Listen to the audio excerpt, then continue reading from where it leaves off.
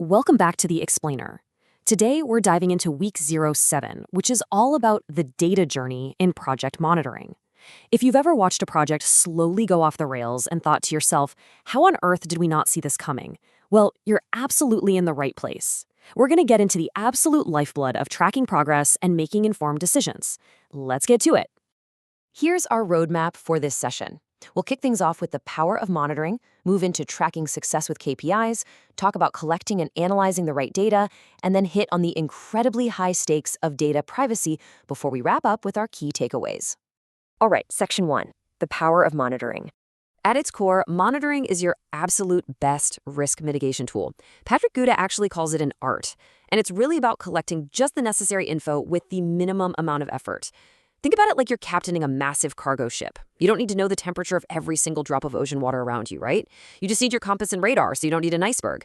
Data is your radar. It gives you those early warnings so you can make a steering decision at the exact right moment. But that brings us to a really tricky problem. If we only want to collect the necessary information with minimal effort, how do we actually know what to measure? If you try to measure everything, you're literally going to drown in data. But measure nothing? You're flying completely blind. So let's look at section 2, tracking success with KPIs. The very first step on our data journey is defining exactly what we need. You know, we hear the words metric and KPI tossed around all the time, often like they mean the exact same thing, but they definitely don't. A metric is generic. It's a top-down measurement, kind of like just counting the number of emails your team sent this week. A key performance indicator, though, that is highly specific. It's a bottom-up measurement that directly ties to the critical success factors of your project. If you're just hoarding metrics, you're just making noise. KPIs cut through that noise to give you a crystal clear signal about your project's overall health. Harold Kersner, who's a massive name in project management, outlines some core attributes of a true KPI, and we've got the big four right here. First up, it's got to be predictive. It should forecast future trends, serving as an early warning system. Second, it has to be measurable. You need to be able to actually quantify it. Third, actionable. It must trigger actual change. Kersner gives a great example for this. A blood pressure monitor tells you your pressure is high, sure, but it doesn't tell you how to fix it. A real, actionable KPI reduces uncertainty so you can make a better decision. And finally, relevant. It has to tie directly to whether your project succeeds or fails. No vanity metrics allowed. Moving right along to section 3, collecting the right data. Okay, so we've got our KPIs figured out. Now, how do we actually pull that information from the real world? Well, unless you have the time and budget to survey every single person or item in your project, you're going to have to use sampling. There are two main ways to tackle this. First is probability, or random sampling. This is exactly what it sounds like. You randomly select subjects so you can generalize your findings for broader statistical testing. The second approach is non-probability, or purposive sampling. This is where you deliberately pick specific subsets based on certain assumptions, or maybe the views of expert stakeholders, just to get really targeted, rich data. The route you choose depends 100% on what your specific KPI needs. And all of this translates into a practical tool, like a data collection plan matrix. For every single method you use, say a pre-post survey or a case study, this matrix forces you and your team to define the purpose, the focus, your exact sampling method, and the implementation timeline. By actually using a matrix like this, you're ensuring that every single piece of data you collect has a specific job to do.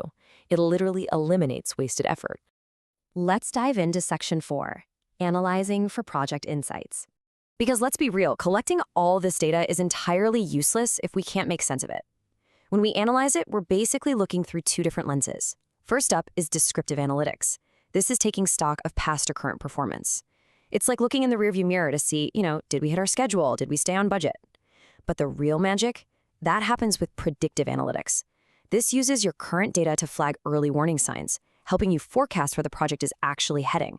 It takes you from being a reactive manager who's constantly putting out fires to a proactive one who steers entirely clear of the iceberg before it's even on the horizon. To get those predictive insights, project managers lean on a few specific PMBOK-aligned analysis techniques.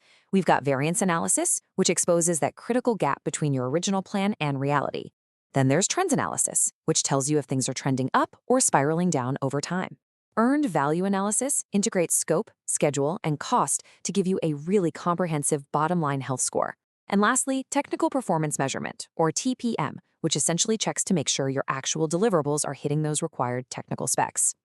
Today, modern projects handle all of this complex analysis using setups like the Automated Project Office, or APO, control room.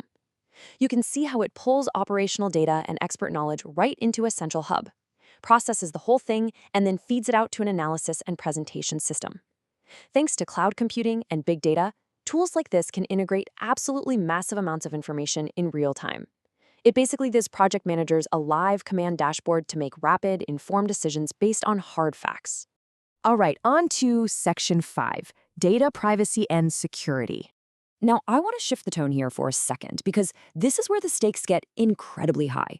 We are not just talking about updating spreadsheets anymore. We are talking about ethics, legal compliance, and human rights.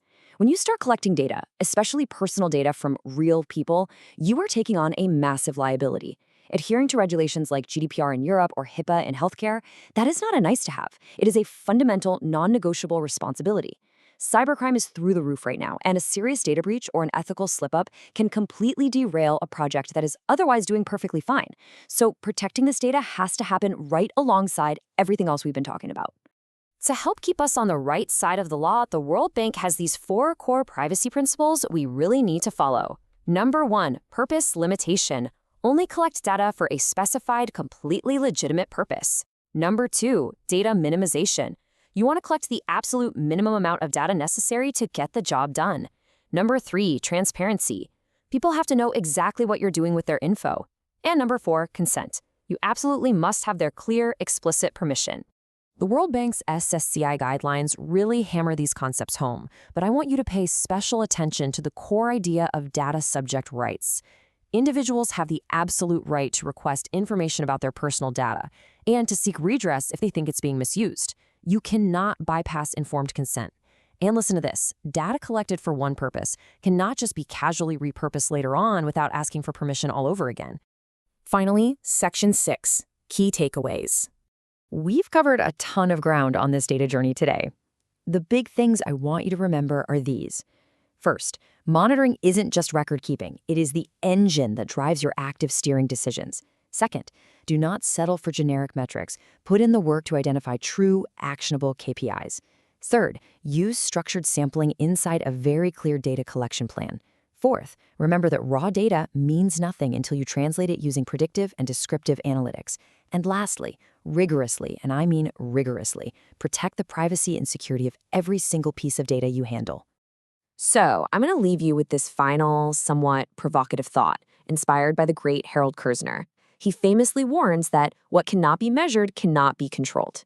Thinking about your own projects right now, what hidden risks are lurking in the data you've chosen not to monitor? Something to chew on. Thanks so much for hanging out with me for this explainer, and I hope this empowers you to really take control of your data journey.